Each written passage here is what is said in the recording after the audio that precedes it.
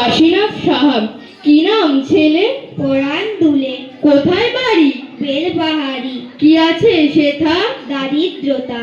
আর কিছু নাই? খিদের বালায়। পড়াশোনা? কেউ করি না।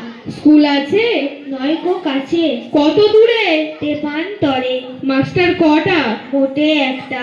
স্কুল চলে?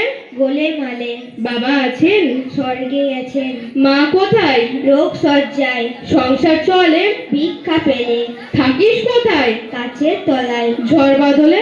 ভিজি জলে। ডাক্তারখানা? একটাও না। অসুখ বিসুখ? সব ঝাড়ফুঁক। পূজা পার্বণ? শুধু শালবন। হিন্দু না বৈধ? জনযুদ্ধ।